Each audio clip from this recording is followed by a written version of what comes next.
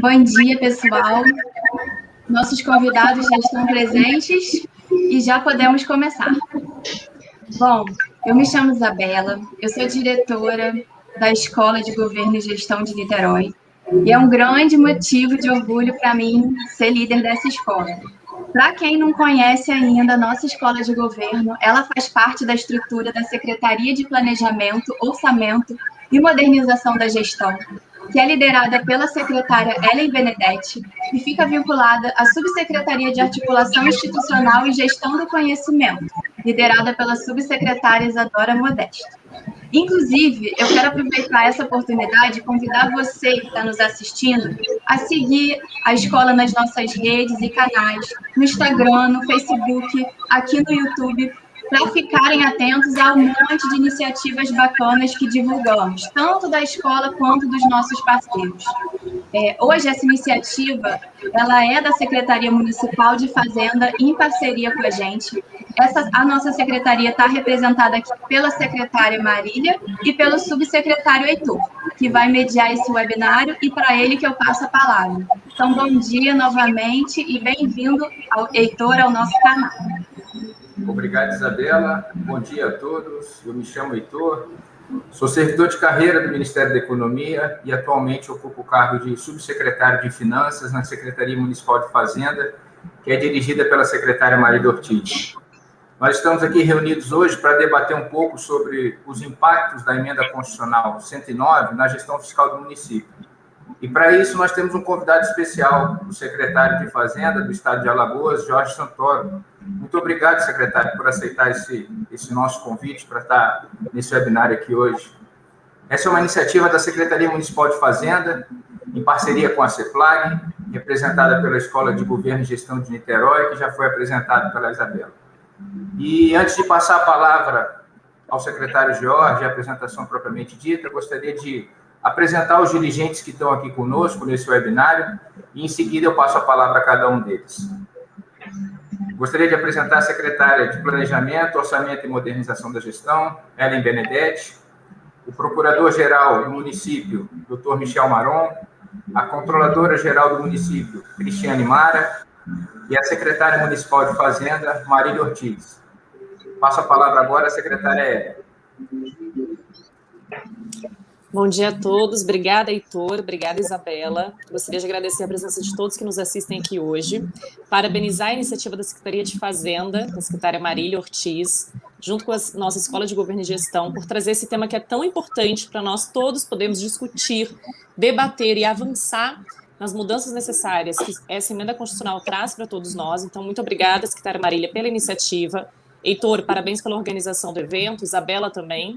Aproveito para agradecer também o nosso procurador Michel, que tem nos ajudado muito, nos auxiliado bastante nessas mudanças e na necessidade que a gente tem de fazer esse debate. Agradeço também a nossa controladora Cristiane, que está aqui com a gente, e o nosso convidado, o secretário Jorge Santoro. Muito obrigada por aceitar o convite, por vir até aqui conversar com a gente. Tenho certeza que vai ser um evento muito produtivo, a equipe está muito motivada, e agradeço a Escola de Governo e Gestão, e continuamos à disposição para fazer novos debates como esse.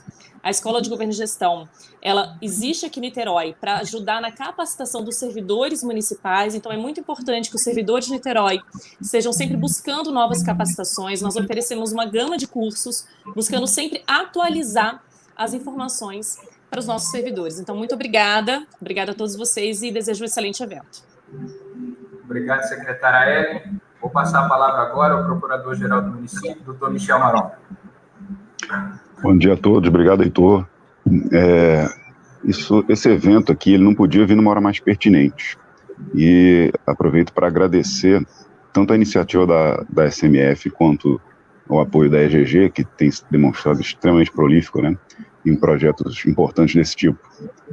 E o convidado que nos agracia hoje, o senhor Jorge, que é reconhecidíssimo na área técnica, ele vai com certeza nos trazer impressões muito importantes, dada a recente, né, edição dessa norma. A gente precisa mesmo de debate desse aspecto, e a PGM também, então, depois eu inclusive vou deixar aqui o convite, vamos organizar um assunto mais sobre aspectos mais jurídicos, né, que as implicações jurídicas dessa emenda recém-editada. A gente também vai fazer no dia 18 um evento também sobre isso, dada a importância do debate sobre o tema. E é com muita satisfação que Niterói recebe um convidado desse porte. E eu agradeço muito a presença de todos que estão acompanhando e com certeza esse evento vai ser de extrema importância no assunto. Bom dia a todos. Obrigado, doutor Michel. Obrigado por disponibilizar um pouquinho das suas férias aí para a gente aqui nesse evento. Pois é, peço desculpas pela informalidade aqui, mas é porque, de fato, foi a condição que teve. Obrigado. Ok, isso. Muito obrigado. Vou passar a palavra agora à Controladora-Geral do Município, Cristiane Mara. Bom dia, meus cumprimentos a todos os presentes. Quero dar as boas-vindas ao secretário de Fazenda, Jorge Santoro, do Estado de Alagoas. Parabenizar a EGG por essa exímia parceria com a Fazenda, tem nos feito, sendo muito colaborativa com toda a Prefeitura no sentido de capacitar. E parabenizar a Marília pela iniciativa, pela realização desse evento, de forma a discutirmos um tema tão atual e relevante, né? Sobre uma medida que, por um lado, trouxe o retorno do auxílio emergencial para a população vulnerável, afetada aí pelos efeitos da pandemia. É preciso ressaltar que essa medida foi necessária, é necessário que a população tenha comida na mesa, para que possa estar em casa, em isolamento social, e com isso reduzir a transmissão do vírus. Então, a norma, através de uma emenda, foi necessária e urgente. Entretanto, a situação fiscal da maioria dos municípios e estados já se encontra muito fragilizada, com altos índices de despesa com pessoal, endividamento público, déficits previdenciários. Então, necessária também a inclusão das regras fiscais compensatórias, de forma a não comprometer as finanças públicas. E aí, eu já apresento aqui as minhas dúvidas para o secretário, porque as regras, elas são compensatórias, mas, assim, serão possíveis utilizá-las no curto prazo, secretário de Fazenda? Já deixo, inclusive, as minhas dúvidas, porque elas serão acionadas a partir do momento que as despesas correntes ultrapassarem as receitas em 95% dentro de um período de 12 meses. Também há a possibilidade do Legislativo conceder a redução, aprovar a redução dessa despesa de 95% para 85%. Então, quais realmente as possibilidades de utilização desses gatilhos no curto prazo? Além disso, também tem a questão do enfraquecimento dessas medidas compensatórias. Quais seriam as situações em que essas medidas tão importantes, medidas de ajuste fiscal e compensatórias, em que situações elas poderiam vir a ser enfraquecidas? Quero ressaltar também a importância dessa emenda, né? Uma vez que a gente tem uma alteração da Constituição, esses gatilhos, eles já tinham alterado a LRF através da Lei Complementar 173, mas agora a possibilidade deles estarem incluídos na Constituição Federal nos dá a possibilidade de utilizarmos esses gatilhos em outras situações, inclusive em situações de calamidade pública que possam vir a ocorrer novamente, um pouco mais para frente. Espero que não, mas os cientistas dizem que sim. E também quando as despesas ultrapassarem as receitas. Bem, eu não me apresentei no início, eu sou Cristiane, eu sou auditora do Tribunal de Contas do município e atualmente eu me encontro cedida para Niterói como controladora-geral. Obrigada pelo convite, Marília, e espero que tenhamos um bom dia com muitas dúvidas esclarecidas pelo secretário de Fazenda. Obrigada. Obrigado pelas palavras, controladora Cristiane, pela contribuição. Vou passar a palavra agora para a nossa secretária municipal de Fazenda, Marília Ortiz. Oi, bom dia a todas e todos. Gostaria de cumprimentar inicialmente o secretário de Estado de Fazenda de Alagoas, Jorge Santoro. Obrigada por ter aceito o nosso convite, Jorge, e as secretárias Ellen Benedetti, Cristiane e ao secretário Michel Maron, pela estreita parceria que a gente vem construindo aqui nessa gestão, trabalhando de forma a construir muita sinergia, um trabalho muito justo de fazer o melhor possível, né? Acertar ao máximo, né? A gente está com essa prerrogativa de aceitar ao máximo, mitigar os riscos, cuidar dos riscos fiscais. Então, eu queria agradecer muito essa parceria que a gente vem construindo em várias frentes. Bom, eu gostaria de dizer para vocês que esse convite do Jorge, ele vem porque eu acompanho muito o trabalho dele como secretária de Fazenda. O trabalho que a Alagoas vem desempenhando ao longo desses 8 anos tem sido referência no país. Ele herdou um estado que não tinha investimentos, que era muito endividado, que não tinha uma estrutura burocrática bem formada, né? Então, o Jorge fez concurso para fiscal, ele melhorou demais a capacidade de investimento do município, pagou dívida, né, Jorge? E fez um amplo processo de modernização aí no estado, com serviços digitais. É impressionante acompanhar o trabalho de Alagoas e dizer que eu realmente, agora aqui, nessa cadeira, uso Alagoas como benchmark, como inspiração. Não à toa convidei sua secretária do Tesouro, Renata, para participar do nosso evento de abertura de planejamento estratégico aqui da Fazenda, porque eu tenho acompanhado muito o trabalho que vocês têm feito, gostaria de elogiar e enaltecer isso aqui para os companheiros. Dizer para vocês também que o Jorge ele é carioca, torcedor do Fluminense, né, Jorge? E que ele vem de uma equipe aqui do Rio, uma equipe que trabalha nessa área de gestão fiscal, que inclusive já tem companheiros que trabalharam com ele, que já passaram aqui pela Secretaria de Fazenda, tanto o secretário Pablo Vilarim, como o Gomides, que também foi o nosso subsecretário. Então, a gente aí tem uma boa safra de técnicos que têm contribuído para que os entes subnacionais desenvolvam essa área de gestão fiscal. Então, gostaria de ressaltar os excelentes resultados que esse grupo afinado aí de técnicos tem conseguido, né, nos entes que tem trabalhado.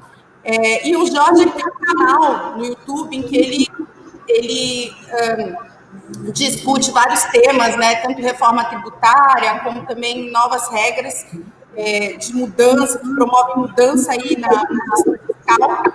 Eu tive acesso, então, a uma palestra sobre a emenda constitucional 109, os meus técnicos também assistiram a palestra, e aí pensei, olha, a gente precisa levar isso para Niterói, a gente precisa trazer os técnicos para discutirem, se debruçarem sobre essas novas regras.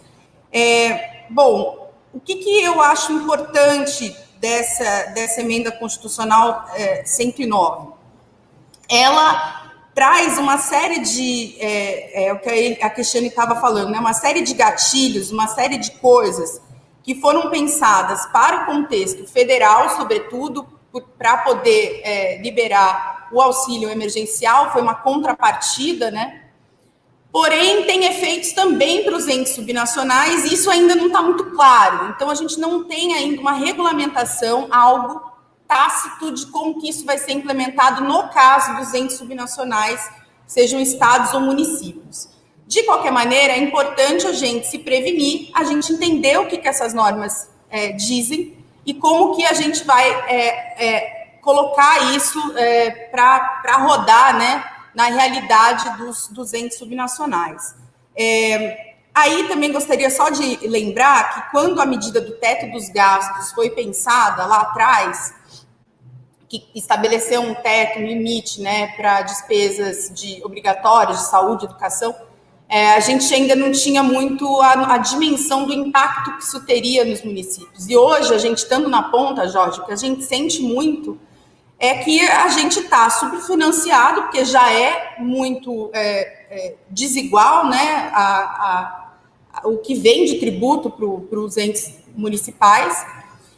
E com o teto, a coisa ficou ainda pior, porque a gente tem um subfinanciamento da saúde, um subfinanciamento da educação, e a gente tem que acabar botando recursos próprios para cobrir essa ausência de participação do governo federal nessas despesas. Então, eu, ao mesmo tempo que eu acho salutar algumas medidas que a emenda constitucional coloca, como, por exemplo, a renegociação de precatórios, né, ou a questão também de utilizar os restos de fundos do legislativo para recompor o caixa, acho que tem algumas coisas muito interessantes que precisavam de alguma regulamentação. Mas eu me preocupo um pouco com esses limites e esses gatilhos que tratam de despesa com pessoal, ou, enfim, esse limite dos 95% em cima da receita corrente líquida. eu acho que tem coisas aí que, de repente, para o universo de um município, não sejam medidas efetivas, né? Então, eu me preocupo um pouco com isso.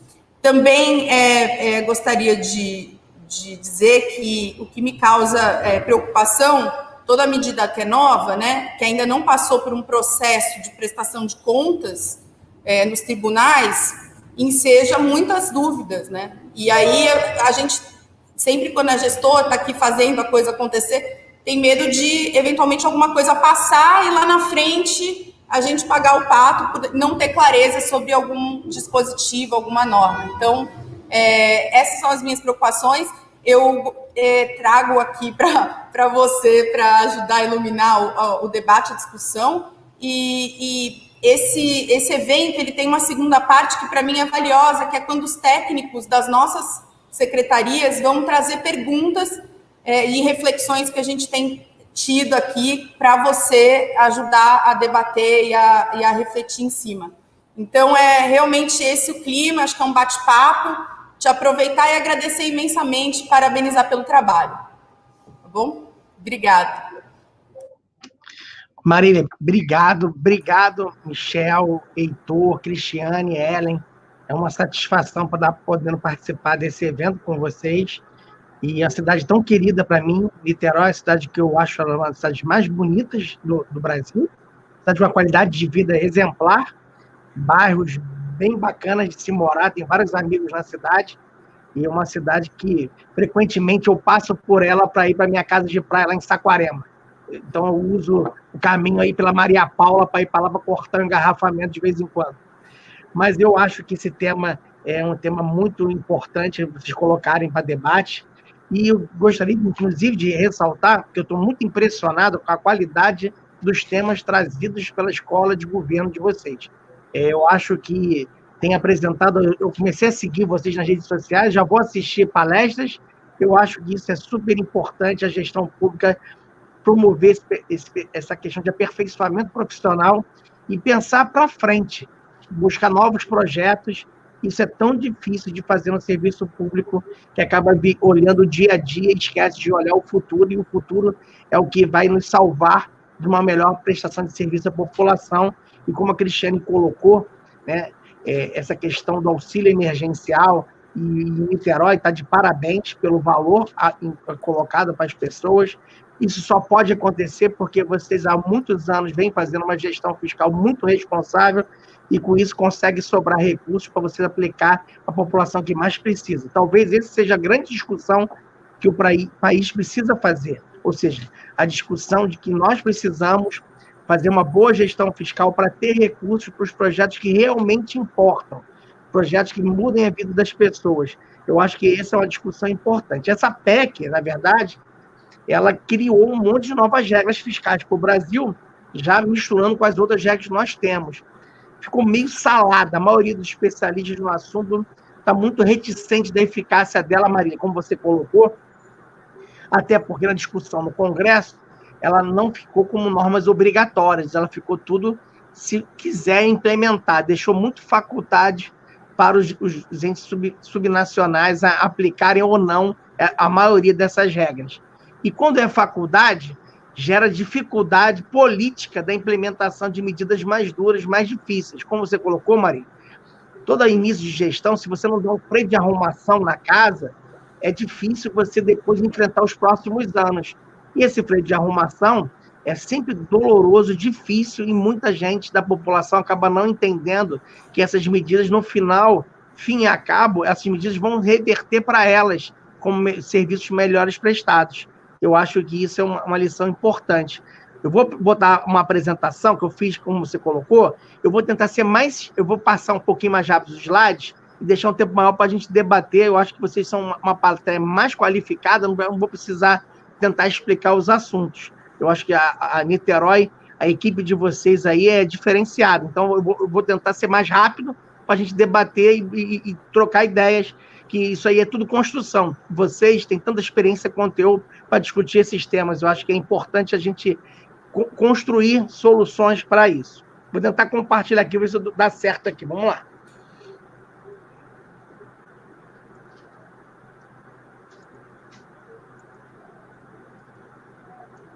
Tá passando? Tá com a tela?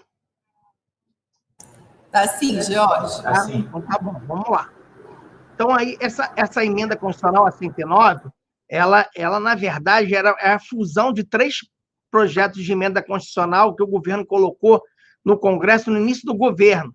Era o tal do Plano Mais Brasil, o Plano de Mudança Federativa, a PEC emergencial, e vinha num cenário de mudanças legislativas na área fiscal que tentava criar mecanismos de controle, né, e mecanismos de trajetória fiscal sustentável. O Brasil estava vindo num momento diferenciado na área fiscal, com um risco muito grande, e o governo precisava, naquele momento, criar uma expectativa de uma trajetória fiscal melhor para o país.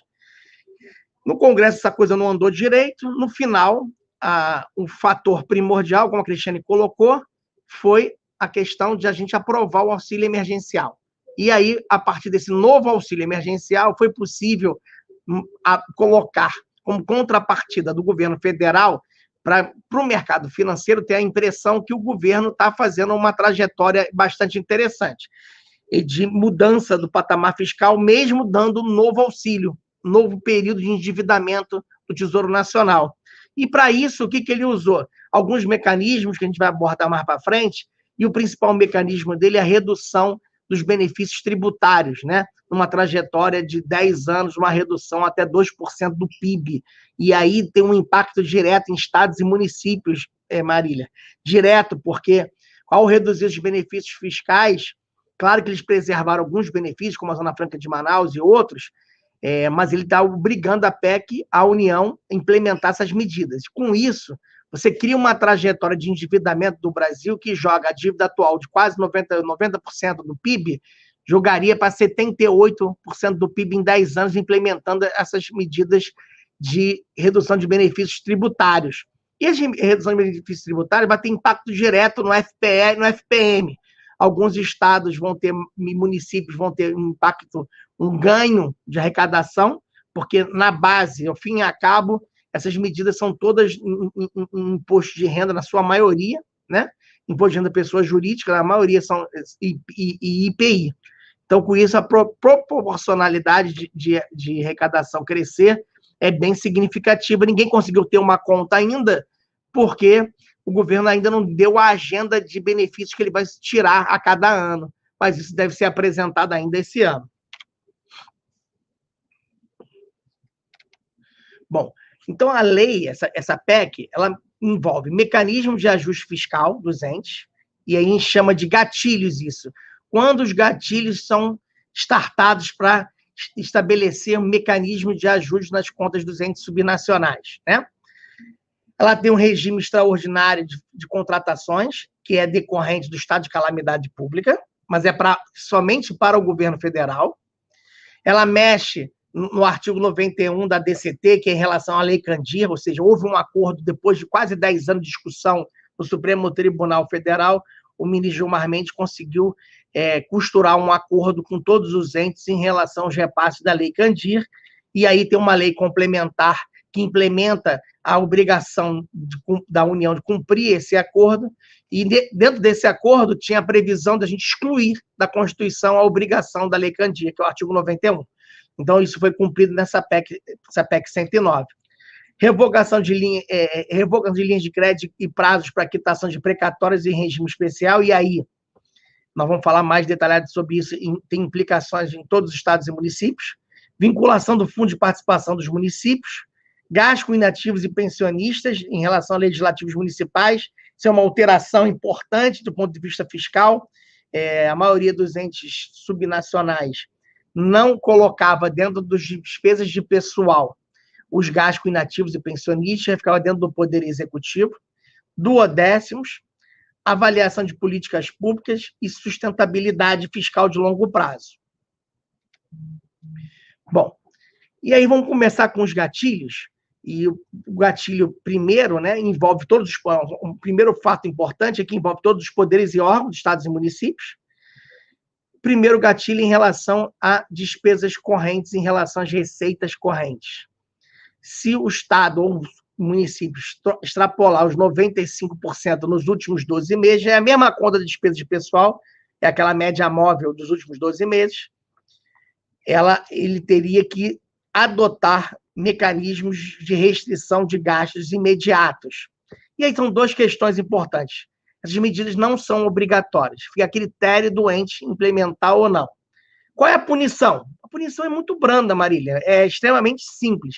Não receber garantia e não contratar operações de crédito.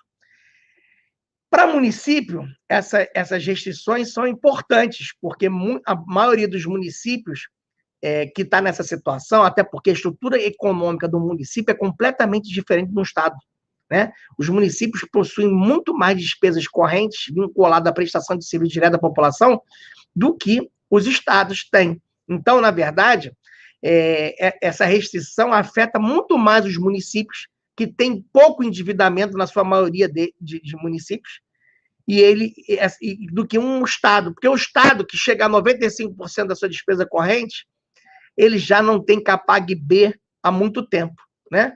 E nem A. Então, ele já dificilmente contrataria operações de crédito com garantia da União, né? Então, essa restrição afeta muito mais os municípios que os estados. E aí, o mecanismo de ajustes, né, facultativos, né? A diferença desse gatilho para o seguinte que eu vou falar é que você já pode implementar direto por decreto esses mecanismos e depois referendar na Câmara Municipal ou na Assembleia Legislativa, né? Essas restrições independem de aprovação legislativa prévia. Elas podem ser implementadas e depois eles sejam confirmados pela Assembleia ou pela Câmara Municipal. Eu peguei o dado de Niterói, espero que a minha equipe tenha feito certinho, eu acho que sim, e eu vejo que vocês estão ali no limite desse valor aí em relação ao ano de 2020, né? 94% ali.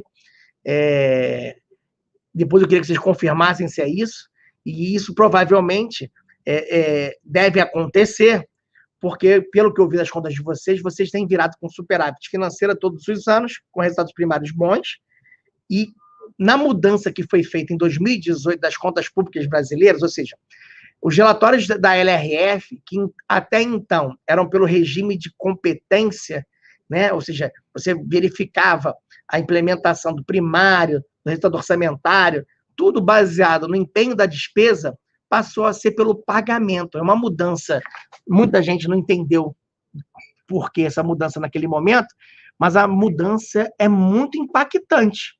E aí, quando você cria uma regra fiscal como essa mudança de despesas de pagamento fica ainda maior. Por quê? Se você vira um ano com dinheiro em caixa, para o ano seguinte, você vai acabar gastando esse dinheiro, implementando, né? E aí isso vai contar no seu gasto. E aí você vai aumentar a sua relação despesa corrente com receita corrente. Porque a despesa aconteceu e a receita não aconteceu, a receita do ano anterior, a contabilidade. Então, essa mudança de 2018, os demonstrativos fiscais da LRF, traz, junto com essa nova regra fiscal, um impacto maior em municípios e em estados que apresentem superávit financeiro, porque o impacto é mais sentido, você fica mais próximo. Isso não quer dizer, talvez tenha uma faculdade importante, da não obrigatoriedade, nesses casos, é importante porque o município não está com uma situação ruim financeira, nem o estado está com uma situação financeira ruim, é meramente um problema de ajuste contábil de registros dos novos demonstrativos da LRF. E depois a gente pode abrir um debate. Eu fiz uma tabelinha aí dos estados, né, que estariam com isso em 2020. Aí eu diria para vocês que em 2020 não é um ano bom de parâmetro. Por que não é um ano bom de parâmetro? Porque em 2020 todo mundo recebeu recursos federais de auxílios. E isso fez com que a receita corrente ficasse muito mais alta do que o normal, né? E aí, esses 3 estados estariam superando os 95%, provavelmente, no ano de 2019, se eu não me engano, não sei se está aqui essa tela, acho que não, a gente chegou a fazer, mais de 15 estados estariam nos 95%. Então, o impacto é muito grande. Nas capitais, mesmo com esses recursos a mais, você vê que a estrutura financeira é bem diferente de município do que de estado. Você vê que a quantidade de entes públicos com percentual acima de 80% é bastante significativa. Praticamente todos os municípios do Brasil estão acima de 80%. E isso tem a ver com essas questões que eu coloquei agora há pouco.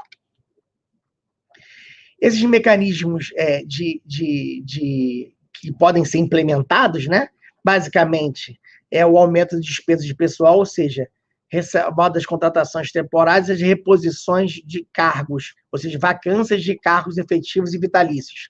Então, proíbe o aumento de despesas de pessoal quando você pode implementar essa medida. Ou seja, e aí começam as discussões. Esse aumento de despesas de pessoal tem a ver com reajuste anual de reposição da inflação? Essa é uma discussão enorme. Nosso procurador que está participando, Michel, aqui, deve estar participando ativamente disso. É uma discussão dentro do Colégio de Procuradores Nacional, se pode ou não pode dar reposição anual, ou se é obrigatório você implementar ou não. Essa discussão também tem a ver com a Lei Complementar 178, né? Em que foi, e a 173, em que cria essa restrição para esse ano nos acordos de renegociação de dívida. A Procuradoria de Alagoas, por exemplo, de muitos estados, tem entendido que a reposição anual de inflação pode ser dada, tá? Não entraria nesse mecanismo aqui, nem na Lei Complementar 178, né? Então, é um assunto ainda não regulamentado. Aliás, sobre regulamentação, a PEC 109, ela vai sofrer algumas regulamentações nos próximos meses. Já teve uma primeira, que é o do regime de recuperação fiscal, né? Tem a ver também com a Lei Complementar 178, e vai ter regulamentações na sequência, ou seja, muitas das medidas que estão previstas nessa emenda constitucional exigem leis complementares para serem implementadas. E o Tesouro Nacional também vai ter que regulamentar alguma dessas medidas. Então, como isso é um processo moroso dentro da administração pública, que envolve o órgão técnico preparar a minuta, passar para a Procuradoria da Fazenda Nacional, submeter ao presidente para publicar, no caso de decretos, isso tem sido, só até agora, só o regime de recuperação fiscal que foi regulamentado. Mas a informação que eu tenho é que o Tesouro provavelmente até o final do ano vai regulamentar todos esses itens, ou pelo menos mandar para o Congresso Nacional a implementação desses mecanismos. Então, além da questão do reajuste e mudanças, não poder dar nenhum tipo de subsídio, subvenção, incentivos nessa natureza tributária, suspensão desses incentivos novos na natureza tributária, são mecanismos que talvez não resolvam o problema dos 95% ou dos 85% do gatilho no primeiro momento. E como a Marília colocou, essas medidas levam tempo para ter eficácia. Não é 1 ano, 2, que você não fica sem dar aumento, que você muda a trajetória. Você precisa fazer isso, mais mudanças qualitativas, mais mudanças de políticas públicas para você ver essa trajetória acontecer.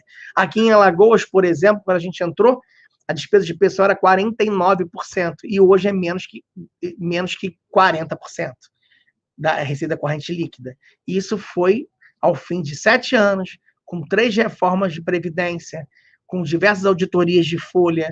Isso foi com alguns anos sem poder dar aumento de reposição inflacionária e sem fazer concursos públicos durante um bom tempo. E isso aí você conseguiu ajustar. Então, esses mecanismos não resolvem no curto prazo, na minha visão. O gatilho dos 85%, a diferença dos 90 para os 95 para os 85, é que aqui você vai ter que os atos tem que ser ato do Poder Executivo e você tem que fazer a aprovação na Assembleia Legislativa em regime de urgência. A mudança básica é que aqui tem que ter aprovação prévia da Assembleia Legislativa, né? E se a Assembleia Legislativa rejeitar, né? Ou se não apreciar, aí tem umas hipóteses de perda de eficácia das medidas, o que é bastante ruim. Às vezes a discussão política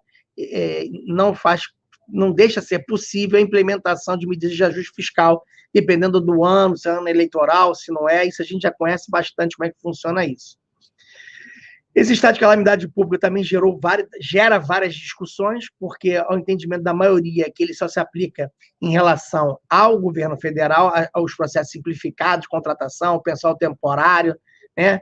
Ele afasta vários requisitos da lei em relação à renúncia de receita, ou seja, essa medida é muito interessante, que ele tira todos aqueles dispositivos da LRF que exige que você faça medidas compensatórias para renunciar à receita. Então, nesse caso, o Congresso decretou calamidade pública, o governo federal pode abrir mão de receita sem indicar medidas compensatórias. Por exemplo, a diferença. O ano passado, a gente teve que fazer várias medidas no Simples Nacional, abrir mão de multa, mudar parcelamentos tributários. Só que eu tive que fazer medidas compensatórias, porque o artigo 15, 16 e 17 da LRF me exige que eu tenho que ter compensação da abertura de mão de receitas. E isso não acontece nessa regra nova que foi criada para o governo federal, que ele pode abrir mão de receitas tributárias durante uma crise como essa, né? Também não vai precisar cumprir a regra de ouro, né? e outros mecanismos. Só que isso tudo, o decreto valeu até dezembro do ano passado. Esse ano, o governo federal e o Congresso não aprovou essa nova extensão do estado de calamidade pública. E, com isso, o governo federal está impedido de fazer esses mecanismos e os estados e municípios não têm essas regras de exceção para eles. O estado de calamidade pública, lei complementar, pode definir outras suspensões e dispensas de afastamento, é aquilo que eu falei. A emenda constitucional exige algumas outras medidas de implementação, ou seja, uma lei complementar que provavelmente vai incluir medidas novas, né, nesses dispositivos previstos na emenda constitucional, ou seja, o que a gente tem conversado com o Tesouro, e me parece é isso que eles vão fazer, é aumentar o leque de opções para o gestor público poder fazer, né, mexidas na gestão fiscal, além daquelas previstas na emenda constitucional 109. Então, provavelmente, o governo federal vai encaminhar uma lei complementar para fazer essas medidas adicionais, que a emenda constitucional permite isso. Mas ainda não temos esse projeto ainda. O que não pode é aumentar a remuneração, estruturar a carreira, concurso, auxílio, bônus e reajustar diversos tipos de benefícios em relação às despesas de custeio doentes. Então, na prática, as medidas não são fortes, implementadas atualmente na emenda constitucional. Provavelmente, a lei complementar vai abrir novas hipóteses que estavam previstas originalmente no projeto do Plano Mansueto e que, infelizmente, na lei complementar 178, isso acabou não se colocando, né? O estado de calamidade de âmbito nacional, já falei um pouquinho sobre isso, congelar, nesse momento que decreta, foi congelado todos os fundos regionais de fomento, fundo do Nordeste, do Centro-Oeste, do Norte, e essas regras flexíveis de gestão à calamidade pública. Vou acelerar um pouquinho, já falei um pouquinho da Lei Candir, qual foi a situação. Esse ponto é importante, é a questão dos precatórios, né? Muitos entes públicos, eu vou dar o exemplo de alguns, como São Paulo é um caso mais emblemático, não teriam condições de cumprir a data de 2024. Após várias alterações da emenda constitucional 62, né, essa nova mudança agora, ela mexe em dois dispositivos. Acaba com a obrigação da União de fazer empréstimos, né? Ou seja, a União na última mudança constitucional, a União foi obrigada a criar uma linha de crédito para os estados e municípios contratarem essa operação para quitar os precatórios. A União nunca implementou essa linha de crédito, ela nunca quis implementar. Então, ela conseguiu, nessa mudança, tirar essa obrigatoriedade. Em compensação, ela ampliou em mais 5 anos esse prazo. E aí, nesse prazo de mais 5 anos, o fluxo de pagamento vai ser renegociado caso a caso com o Tribunal de Justiça. Ou seja, você vai ter que apresentar um novo plano de pagamento e aí você vai negociar caso a caso. E aí é um risco, né? Como a emenda não está regulamentada, e o CNJ, nas outras emendas constitucionais, sempre edita medidas, inclusive, que não mudava fluxo do pagamento no passado. Então, provavelmente, o CNJ vai tentar dar alguma regulamentada de como poderá ser feito esse novo plano de quitação desses precatórios. É um outro assunto que vai merecer uma atenção especial. De qualquer maneira, a emenda constitucional cria a possibilidade de um alívio nesse fluxo de pagamento. A gente aqui em Alagoas saiu do regime especial desde 2018 e a partir de 2019 a gente está no regime normal, ou seja, o que entra de precatório no ano tem que pagar no ano seguinte. A gente criou um mecanismo de Câmara de Conciliação dentro da Procuradoria, Michel, que tem sido um grande sucesso. A gente tem feito vários acordos para evitar que vire precatórios.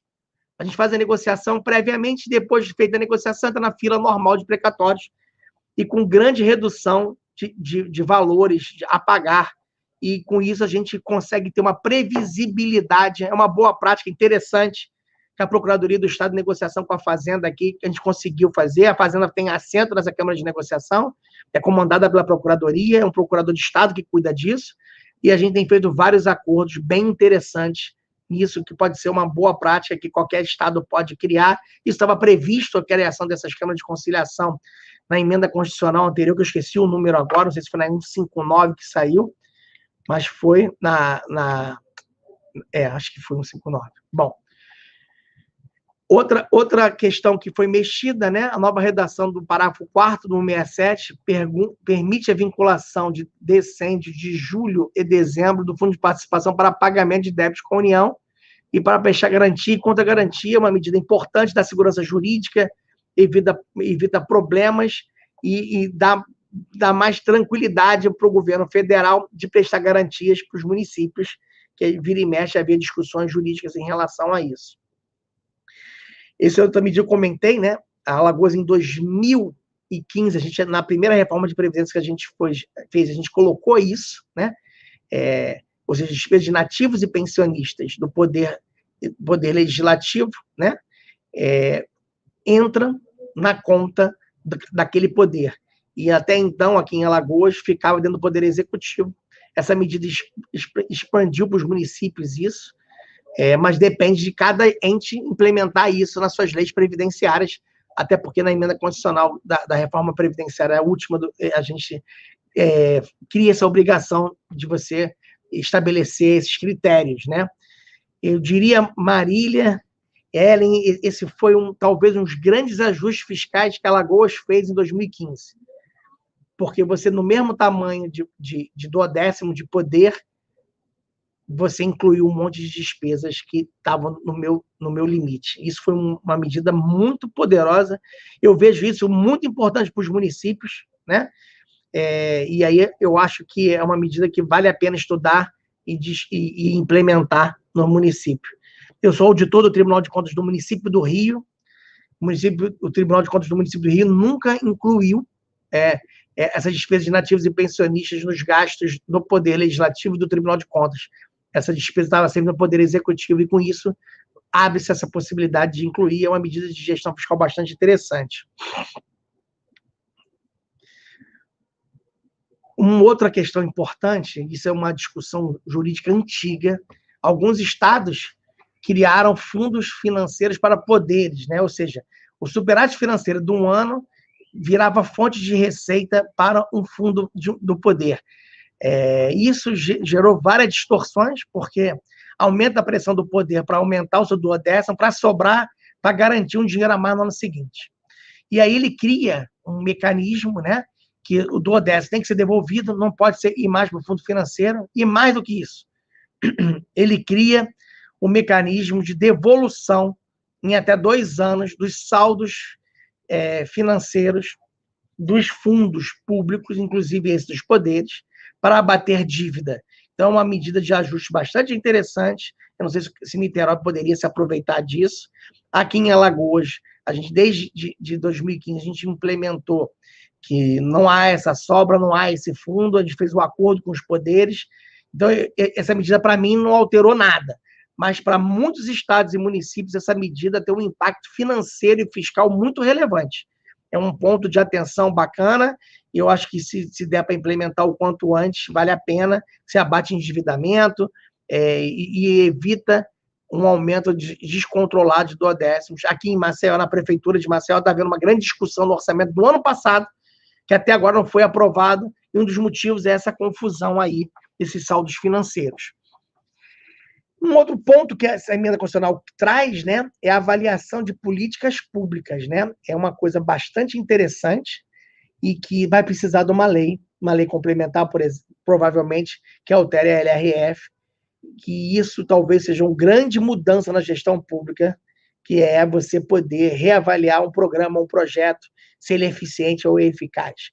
O Banco Mundial, em 2015, publicou em 2016, avaliando diversos programas públicos brasileiros, verificou diversas ineficiências, ou seja, você gasta dinheiro em programas que não dão resultados, ou seja, o trabalho de usar a gestão pública usando dados, com retorno em políticas públicas efetivas, em que você mude a vida das pessoas, isso é fundamental, e essa mudança na Constituição cria essa obrigatoriedade, e aí o governo federal provavelmente vai mandar um projeto de lei, não tem eficácia imediata, vai precisar ser regulamentado, e aí ele faz esse link, né, que o PPA, LDO e LOA vão ter que fazer o monitoramento e avaliação dessas políticas públicas, ou seja, o ciclo orçamentário vai ter que conter algum anexo em que você avalie essas políticas públicas anualmente para poder descontinuar programas e projetos que não têm resultados efetivos, ou seja, você vai criar no serviço público brasileiro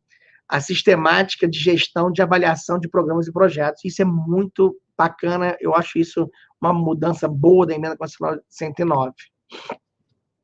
Outra mudança que é programática também é a sustentabilidade da dívida pública, também que prevê uma lei complementar para regulamentar isso, e aí talvez seja um início de uma mudança de indicadores de regras fiscais do Brasil. Hoje a gente tem a regra de ouro, tem diversos outros mecanismos, e a gente olha muito a relação dívida-PIB, no caso do governo federal, e dívida-receita corrente líquida em caso de estados e municípios. E aí ele está olhando, ele muda esse paradigma de olhar a trajetória de longo prazo dessa dívida pública, ou seja, nós vamos ter uma trajetória sustentável da dívida, ela vai subir desproporcionalmente, então ela cria um mecanismo em que os entes públicos vão ter que assumir o compromisso de mudar políticas ou implementar políticas em que demonstre a sustentabilidade da dívida pública. Não são regras para dizer se eu posso contratar ou não contratar. É muito mais no sentido de verificar a trajetória, a curva da dívida. Então, isso vai ter que ser regulamentado ainda. A emenda constitucional não deixa clara como vai ser feito esse controle. O outro mecanismo que eu falei é usar os fundos públicos superávit, já comentei sobre isso, para amortizar a dívida pública, e aí é todos os fundos públicos do Poder Executivo, né, no caso, e no caso dos poderes é extinguir, não ter mais os fundos dos poderes. E aí é uma possibilidade, vários entes têm fundos específicos e que geram superávit, que não tem projetos nem programas que gastem esses recursos. Por exemplo, aqui em Alagoas, a gente tem um fundo de combate à pobreza que tem um valor muito grande em caixa desse fundo, e esse fundo, a gente, agora que está começando a colocar programas e projetos em que usa esses recursos, mas com esse dispositivo aqui, se a gente não fosse ter destinação para esses recursos, eu poderia usar esse superávit desse fundo para quitar dívida do ente público, do Estado ou do município, né? Em até 2 exercícios de destinar esse superávit financeiro. E aí eu lembrei de um ponto muito importante, eu acho que merece uma atenção especial de vocês, é que a nova lei do Fundeb, ela mexe, inclusive, na distribuição dos recursos da educação. Não sei se todo mundo olhou, os fundos de pobreza passam a entrar na base de cálculo do rateio do Fundeb. Eu não sei se o Rio de Janeiro já está repassando para os municípios, aqui a gente só conseguiu se adequar em abril, a gente já repassou para os municípios a diferença, dá um recurso considerável, acredito que aí no Rio o valor é muito grande, né? O Rio, se eu não me engano, arrecada 6 ou 7 bilhões por ano em fundo de pobreza, e esse recurso agora entra na base para cálculo do Fundeb também. Não sei se no Rio, depois eu queria até por curiosidade saber com a Marília se o governo estadual já fez o repasse para os municípios, para o fundo do Fundeb, né? E aí tem essa regra de transição que eu falei dos benefícios fiscais, né? Uma redução de 10% no primeiro exercício e chegar até 2% do PIB no máximo, o tamanho da despesa tributária, ou seja, a gente só tem ressalvado os benefícios do Simples Nacional, a imunidade de partidos, os fundos de fomento, a Zona Franca de Manaus, cesta básica e bolsas de estudo superior. Todos os outros benefícios, regimes especiais, vão poder ser reduzidos e deverão ser reduzidos para chegar no máximo a 2% do PIB. Se eu não me engano, eu vou ter um gráfico aqui, hoje os gastos tributários do Brasil chegam a 320 bilhões, né, de reais, é um valor expressivo, a projeção para 2020, né? E aí você vê que nós estamos em cerca de 4,5, 4,25 em relação ao percentual da receita. E aí a trajetória tem que reduzir isso para 2%, e aí que eu falo que tem impacto dependendo da composição e do momento que o governo federal for reduzindo esses benefícios, se for imposto de renda e IPI, e provavelmente os grandes benefícios são imposto de renda e IPI, provavelmente haverá um aumento dos repasses para a FPE, para a FPM, para o Fundeb. Então, isso tem uma repercussão fiscal muito relevante. E aí, um pouquinho dessa composição desses gastos tributários, e aí você vê claramente que o maior valor, né, é aqui, ó, é o CONFINS, né, CONFINS, que aí não tem contribuição para os estados, mas o imposto de renda da pessoa física é 4% dessa arrecadação, e aí você tem um gasto tributário, ó, de 19%, ó, é 1%, é muito grande, é um dos maiores benefícios. Então, provavelmente, isso aí vai converter em mais repasse para os estados e municípios. Opa. Isso aí é um pouquinho da composição dos gastos tributários, né? É aí o que foi, como a Cristiane colocou, né? Gerar recursos, né? Essas medidas todas, a ideia do governo federal para mostrar um equilíbrio fiscal de longo prazo, gerar recursos para financiar esse valor de 44 bi, que é o novo auxílio emergencial, e aí excepcionalizou o cumprimento de resultado primário, do teto de gastos, da regra de ouro. Então, isso permitiu implementar em 2021 esse auxílio emergencial, que tem ajudado bastante. Aqui você tem uma ideia, a arrecadação do Estado nos primeiros 4 meses desse ano bateu 25% do crescimento do ICMS. É um crescimento substancial. Parte disso tem decorrente do saldo dos auxílios emergenciais do ano passado, e uma parte é do auxílio desse ano já, a partir de abril, a gente já percebe isso na economia, o efeito do auxílio emergencial. As regras do teto não mudaram, né? É individualizado por cada poder, isso é muito importante em relação ao estabelecimento da Constituição, porque muitas vezes os tribunais de contas misturavam nos relatórios de prestação de contas, quando você vai pedir aquela certidão para pedir operação de crédito, misturavam os resultados de poderes. E é muito importante na Constituição a separação individual para evitar que você tenha que recorrer ao Supremo Tribunal para conseguir uma certidão que permita a gente contratar operações de crédito. As margens de expansão de despesas primárias limitadas pelo IPCA, isso são alterações no teto de gastos da União, ou seja, a emenda constitucional também alterou o teto de gastos da União, deu um espaço maior para o teto de gastos da União, deu uma folgada para o cumprimento. Eles estavam com possibilidade muito forte de, em 2022, não cumprir o teto de gastos. Com essas pequenas mudanças que foram feitas, vai permitir a União ter uma folga, principalmente porque, como apura no meio do ano, né, a inflação do meio do ano, esse ano, provavelmente vai dar uns 6%, 7%, e no final do ano, 4%. Essa diferença de taxa de inflação vai permitir que a União tenha um teto maior de gastos. Isso é uma medida bastante interessante do ponto de vista de flexibilidade da política pública, não de trajetória fiscal, mas dá uma possibilidade maior da União implementar mais orçamentos. E aí essa alteração de teto de gasto da União estabelece esse controle prévio que despesas que ultrapassam o teto de gasto, dando uma corrida aqui no final para não estourar o tempo, né? Também, em relação ao teto de gastos da União, as vedações de descumprimento de teto são praticamente as mesmas dos estados e municípios. Também a mesma coisa, as regras são muito similares aos estados e municípios. E aí, são propostas que não foram aprovadas na PEC, e estavam na PEC do Pacto Federativo, como eu falei no início da apresentação, são medidas que não foram aprovadas, né? Tinha uma previsão de mudar o PPA, ele virar tipo um banco de projetos, não foi à frente. As regras de viabilidade financeira dos municípios, extinção de municípios, aquela PEC federativa que os municípios que arrecadassem ao menos 10% da receita a partir de 2025 serem extintas, também foi excluída. A criação do Conselho Fiscal da República, esse assunto está desde a LRF, tentaram mudar na PEC federativa, não avança, e esse assunto, pelo que eu vi de vocês, Niterói já tem um Conselho de Gestão Fiscal, acho super bacana isso, eles conseguirem ter implementado isso. O Brasil até hoje não conseguiu implementar. Vedação de operações de entes e Conselho Garantia da União a fim de socorros fiscais, ou seja, a ideia ali era proibir a União de renegociar a dívida. Isso seria interessante, porque nos últimos 40 anos, eu acho que teve pelo menos umas 8 renegociações de dívidas entre estados e de municípios. Provavelmente umas 8 renegociações. Se eu olhar mais para trás, o Brasil tem uma história de renegociação, e isso, quando renegocia, você tira a responsabilidade fiscal do ente, e aí o gestor, o mau gestor, ele fica assim, aguardando, vai ter uma renegociação em algum momento.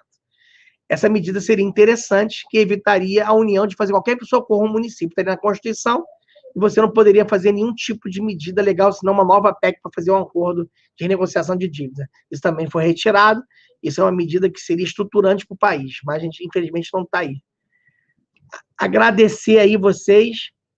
Tem o meu contato, a Marília, estou à disposição aí para a gente poder conversar um pouquinho, tirar dúvidas e bater um papo. Nós que agradecemos a presença do senhor aqui, secretário. Agradeço também, porque o senhor falou, realmente Niterói tem uma equipe diferenciada, né? O senhor falou que ia passar rápido, mas cada detalhe que o senhor colocou aqui nessa apresentação deve ter gerado algum insight aí para as áreas. Eu mesmo já tinha assistido a live anterior da Emenda Constitucional 109, já tinha feito algumas anotações, né? E acho que essa é uma conversa inicial, né? Acho que ela haverá desdobramentos ainda, porque reiteradas vezes na sua apresentação, o senhor coloca que precisará de regulamentação, né? E isso a gente vai invariavelmente ter que aguardar essa regulamentação, né?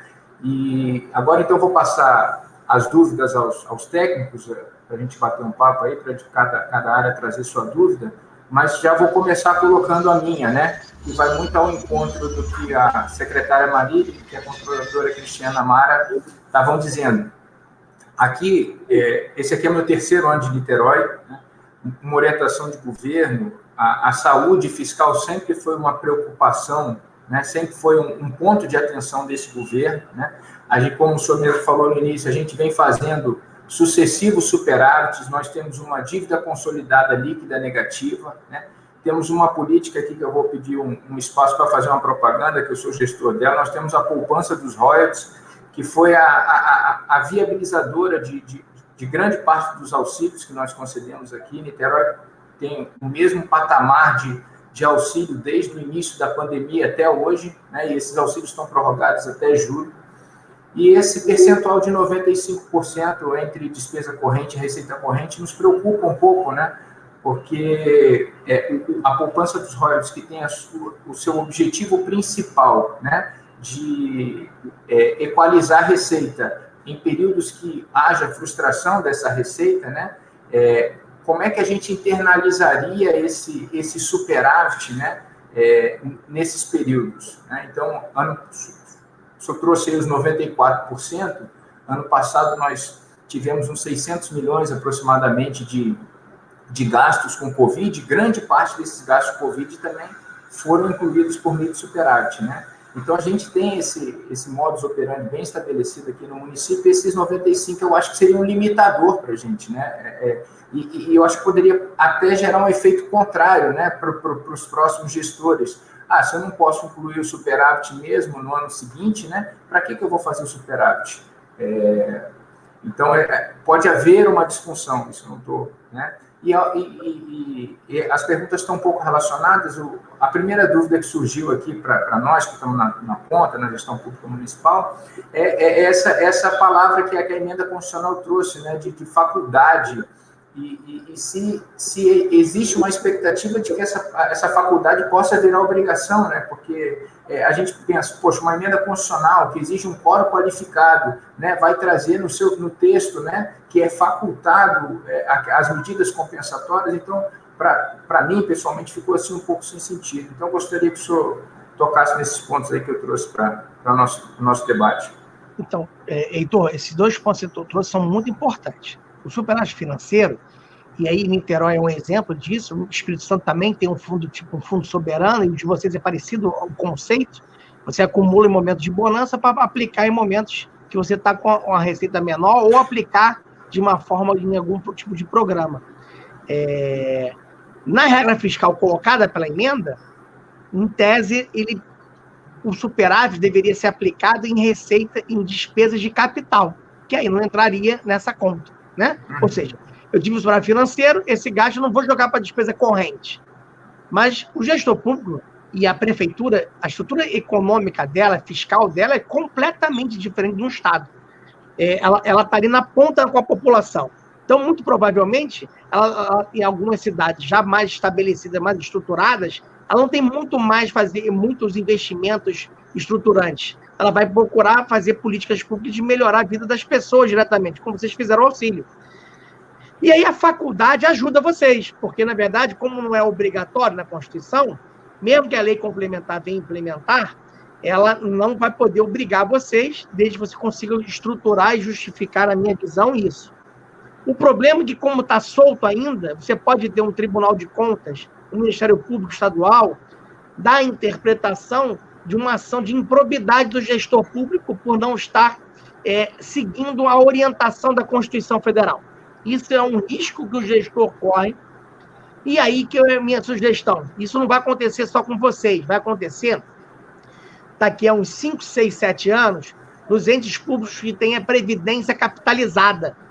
Porque vai acontecer o mesmo problema. Como os demonstrativos fiscais nossos misturam estoque com corrente, ou seja, e de uma maneira favorece o ente que faz estoque de recursos, no caso de uma previdência, no caso de um fundo soberano, ele prejudica as possibilidades que a pessoa tem de aplicar os recursos. Esse assunto, a regulamentação que o governo federal vai ter que colocar, vai ter que prever isso. Hoje, um dos grandes problemas dos demonstrativos fiscais brasileiros é que ele mistura as contas previdenciárias, a sua conta, por exemplo, de fundo soberano também mistura. Talvez tivesse os demonstrativos fiscais brasileiros mudar isso. O Tesouro tem um mecanismo, não sei se os municípios têm voz, eu acho que tem voz lá também, que são grupos técnicos de discussão contábil. A Gildenora, você deve conhecer ela, é a contadora-geral da União, ela promove reuniões a cada bimestre para discutir esses temas.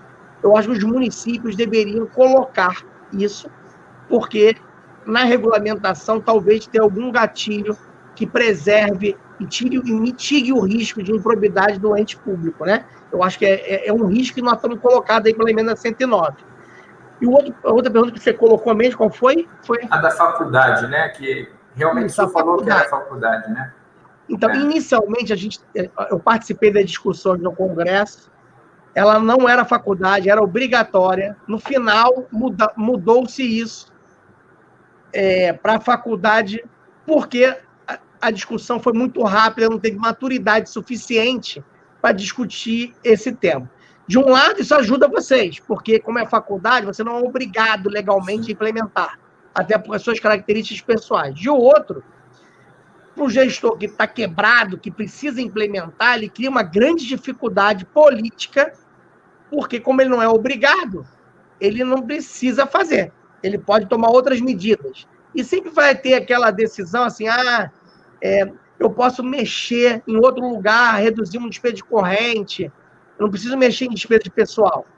Isso é um problema. Assim, nos estudos que eu já fiz, o maior problema de ente público é a despesa de pessoal, não tem jeito, porque ela impacta por ser obrigatória, ela impacta porque a trajetória gera passivos futuros atuariais previdenciários.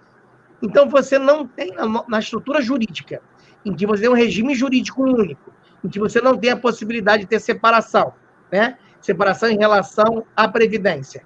Isso gera grandes problemas de futuro. Então, pessoal, é claro que vai ser um fator de ponderação muito importante para você fazer uma redução da sua trajetória de exposição de endividamento público ou de comprometimento da margem financeira que você vai ter no futuro. Por exemplo, o Banco Mundial, o BID, eles estudam uma coisa chamada MTF, que é uma programação de médio prazo, ou seja, você faz estimativas de impacto fiscal através de choques econômicos e você verifica essas questões atuariais também. Hoje, no nosso balanço fiscal, não entra o passivo atuarial como uma dívida. Não entra. E aí você vai olhar o passivo atuarial, vai impactar no teu caixa ali na frente. Um estudo recente do IPEA apontou que antes da reforma previdenciária, a maioria dos estados, em 2025, alguns já tinham estourado, como o Rio de Janeiro estourou, mas alguns mais novos, já em 2025, 26, 27, estrangularia a sua margem fiscal para promover investimentos. Alagoas é um exemplo disso, claro. Alagoas não tinha espaço fiscal para fazer nenhum tipo de investimento, como a Maria lembrou no início da fala dela. e a trajetória de folha e de passivos futuros, e aí a gente criou um mecanismo aqui, Heitor, muito interessante. Qualquer tipo de aumento, a gente faz o impacto atuarial desse aumento. Leva para o governador, ó, esse aumento aqui vai dar esse impacto atuarial, né? Então, você tem uma ideia, antes da última reforma, o nosso déficit previdenciário era 32 bi, caiu para 12 bi, e ele já chegou a ser 78 bi no início do governo.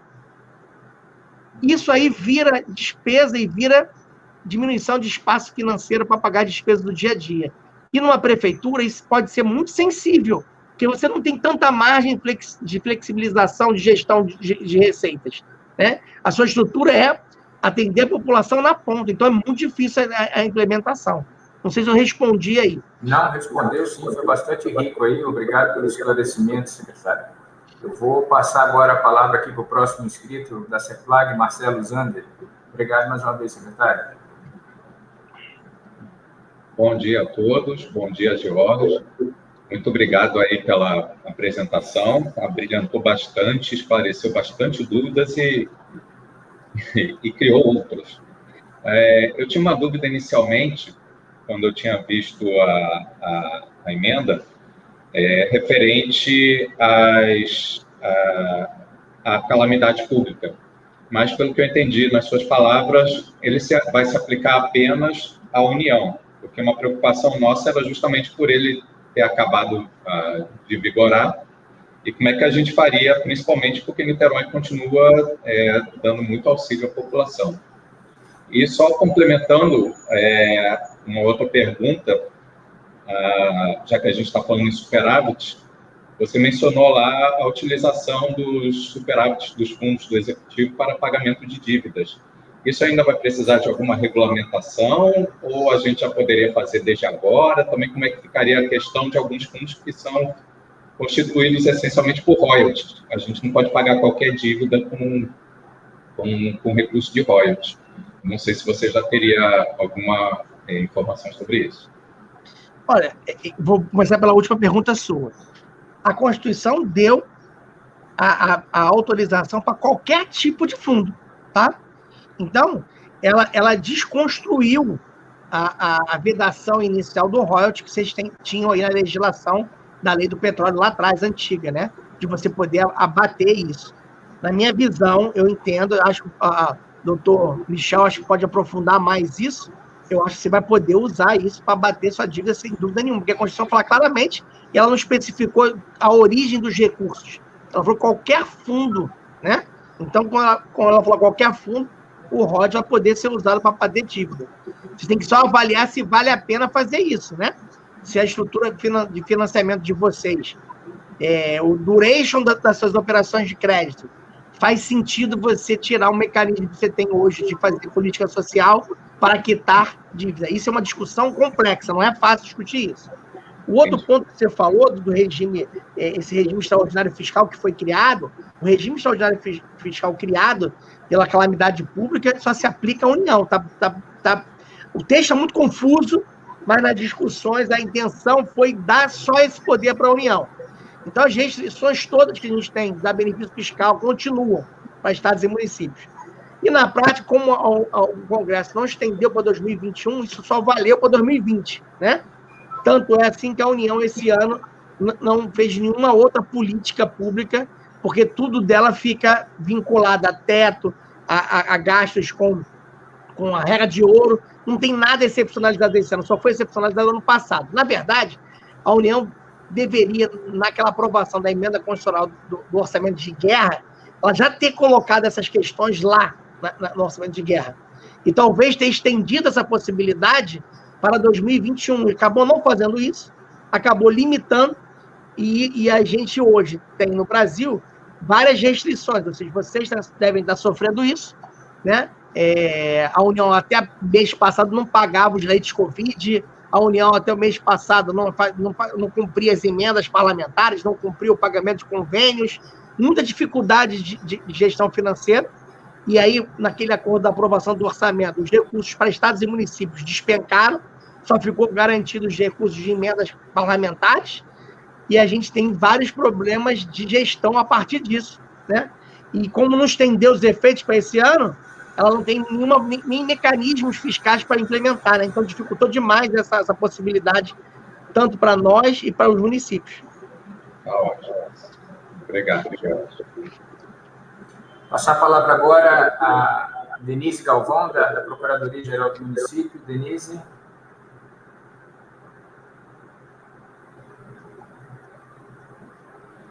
Abriu o áudio. Queria parabenizar a sua exposição, foi uma verdadeira aula sobre o assunto, pegou um tema complexo, né, e que não foi tão bem concatenado, né, pelo legislador, que a emenda acabou ficando com uma redação muito solta e extensa, né, talvez matérias que pudessem ter sido regulamentadas de outra forma. E o que me chamou a atenção, né, do ponto de vista da PGM, foi a questão referente à negociação de precatórios, né. Você, nessa exposição, inclusive, mencionou que é interessante esse acordo com os credores. A gente fez isso em Niterói, em 2019 2020. Tivemos um ótimo aproveitamento, a gente propunha reduções para pagamento antecipado da dívida, mas ainda assim nós estamos no regime especial de pagamento e essas alterações, em especial do 101, do ADCT, você acha que poderiam ensejar a discussão acerca do plano de pagamento que já foi homologado pelo Tribunal de Justiça, que a gente vai começar a pagar agora? Porque essa elasticidade, né, no pagamento, e até em relação à própria economia flutuante nesse período, talvez justificasse que a gente tivesse uma maneira, uma proposta mais favorável à Fazenda Pública para realizar esse pagamento, né? Não o que a gente já estava planejando inicialmente. Qual é a sua opinião sobre o assunto? Eu sou da opinião que dá para fazer exatamente o que você está colocando. Eu acho que nós estamos vivendo um momento de exceção no Brasil. A economia ainda não reagiu adequadamente. A gente não sabe nem o que vai acontecer até o final do ano. Ontem, por exemplo, o Banco Central, o Copom, aumentou os juros novamente, já sinalizou que vai aumentar novamente. Então, o cenário é muito ruim na economia. A insegurança fiscal do Brasil é muito grande.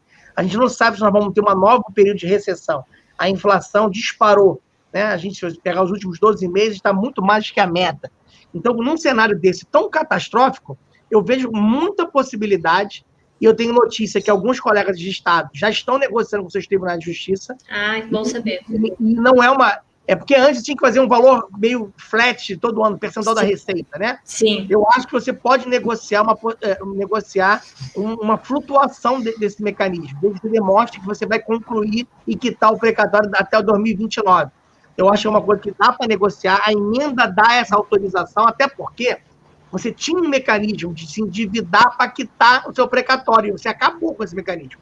Então, qual é o instrumento que o ente vai poder fazer agora, né? E mais do que isso, né?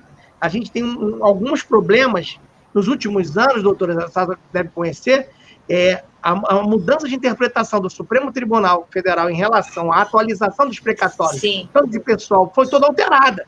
Então, o montante de débito aumentou exponencialmente. Absurdamente.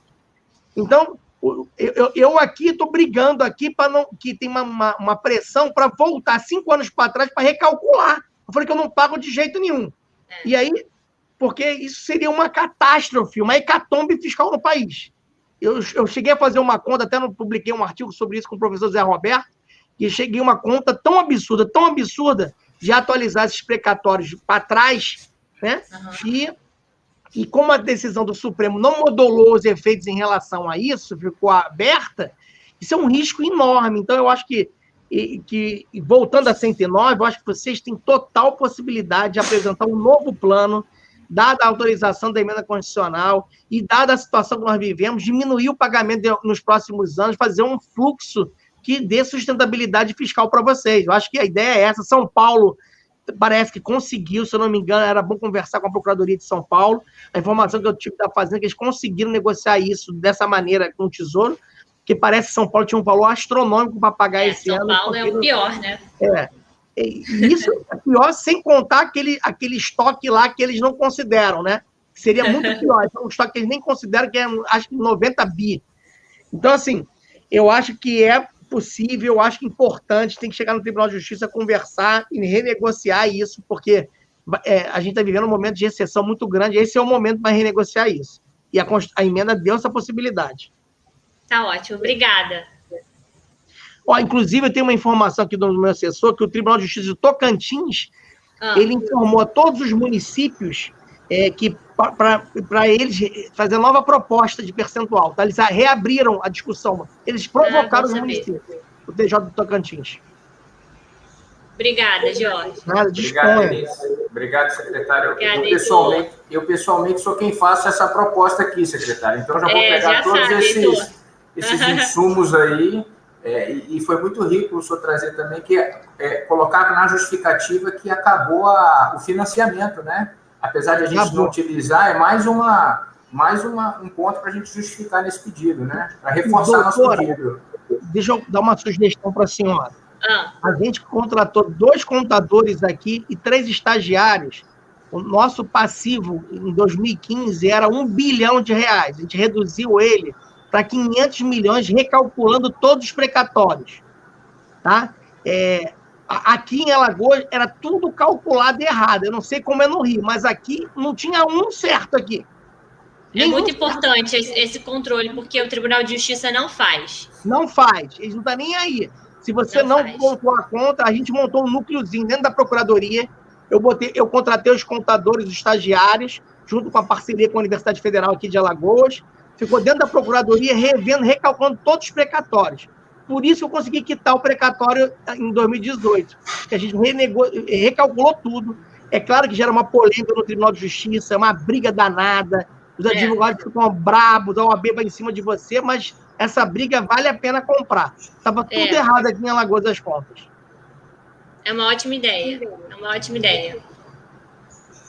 Obrigado, Denise. Obrigado, secretário. Por fim, acho que a gente tem uma última dúvida aqui do Jorge Gonçalves, da Controladoria. Por favor, Jorge.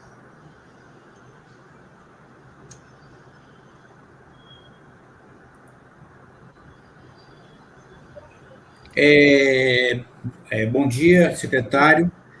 Primeiro, quero dar os parabéns, porque foi uma apresentação bastante esclarecedora de todas essas questões, dessas alterações que impactam sobremaneira os estados, os municípios, e realmente isso ainda vai ter muita repercussão e a gente vai ter que se debruçar e analisar bastante tudo isso. A minha questão tem a ver com o parágrafo 16, que foi incluído no artigo 65, que fala de avaliação e monitoramento de políticas públicas. Algumas questões que envolvem esse problema.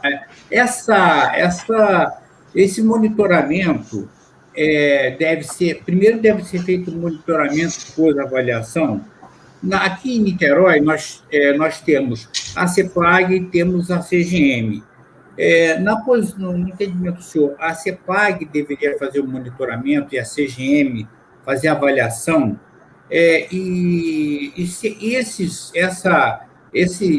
essas atividades, elas estão definidas na ISO 31000, né? Que fala sobre riscos. E nós achamos que essa medida é de suma importância, porque, como o senhor falou, das políticas públicas, porque não adianta fazer uma política pública sem ter uma avaliação, para saber se, de fato, ela está executando, está atingindo os objetivos dela. E se, como a lei incluiu esse artigo, apenas esse parágrafo, eu acho que seria necessário uma regulamentação dos municípios para fazer a implementação de uma forma, da forma correta desse entendimento. Nós, aqui no município de Niterói, já temos instrumentos de gestão de riscos, né? Então, basicamente isso.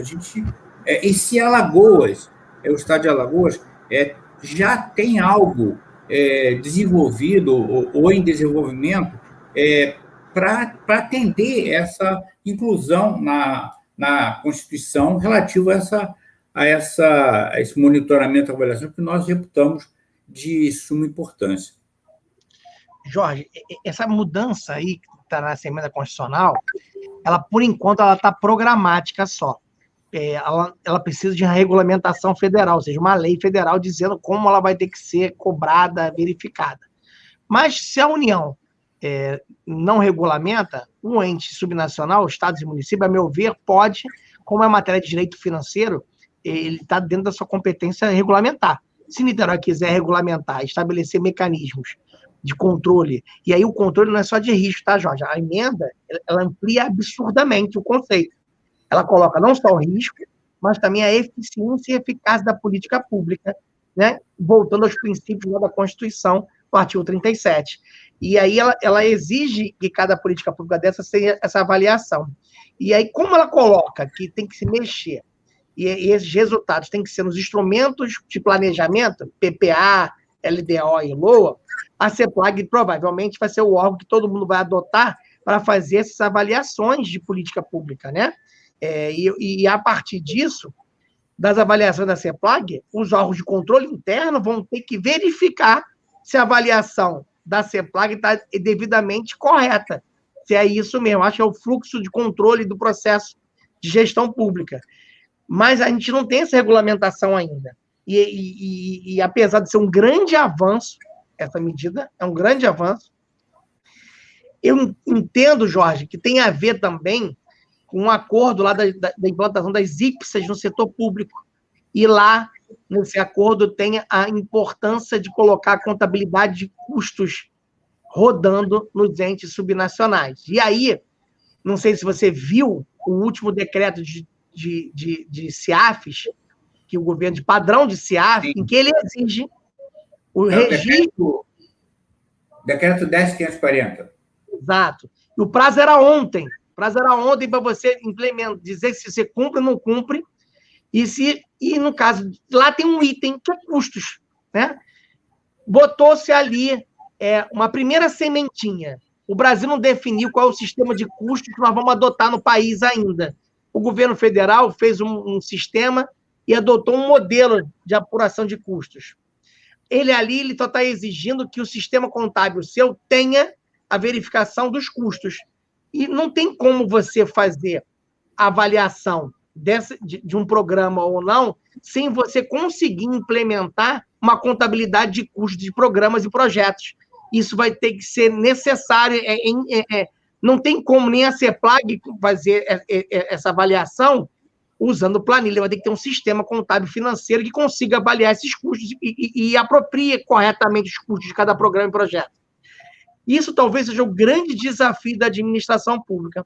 Nos programas financiados pelo BID, pelo Banco Mundial, nas linhas novas que eles abriram e já existiam, eles estão exigindo que todos os estados, e provavelmente os municípios também, coloquem a implementação de sistemas de custos. Isso é combinado com o governo federal. Então, provavelmente, nos próximos 10 anos, o Brasil vai ter um grande movimento de implementar centros de custos, avaliações de custos. E a grande dificuldade que eu coloco, Jorge, é que o Brasil não faz discussões sobre qual modelo de apropriação de custos vai usar, qual é a modelagem que nós vamos usar. Nós temos diversas modelagens. Vamos usar a modelagem do professor Nelson Machado? Nós vamos usar qual modelagem? O ano passado houve um grande evento discutindo isso, em Rio Grande do Norte, mas foi o primeiro evento que se discutiu a contabilidade de custos no setor público. Eu acho que é um tema bacana para a escola de governo de vocês se aprofundar nisso, não sei se tem interesse, mas é um tema interessante e tem a ver diretamente, na minha visão, com essa medida colocada na emenda constitucional 109. Não sei se eu respondi o que você pediu. Ok. Mas o estado de Alagoas já tem alguma coisa em desenvolvimento? Não. Alagoas, infelizmente, a gente não conseguiu botar. O meu sistema contábil aqui já tem a previsão dos centros de custos.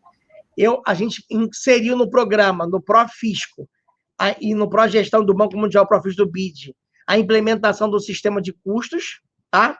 A gente fez atividades assim, esporádicas, avaliamos alguns programas para mostrar para o governador que não tinha efetividade o programa.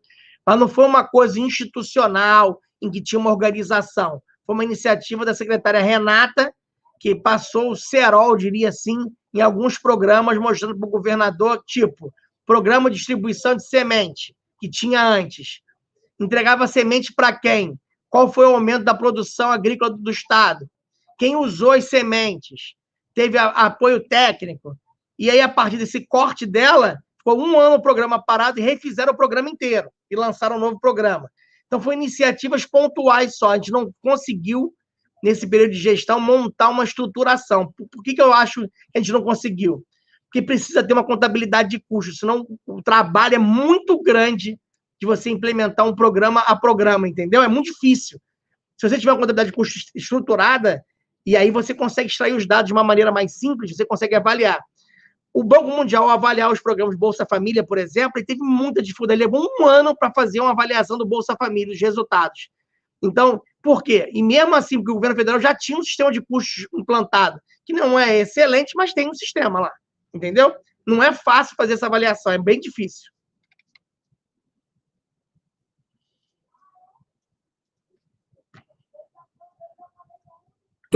Muito obrigado pelos esclarecimentos.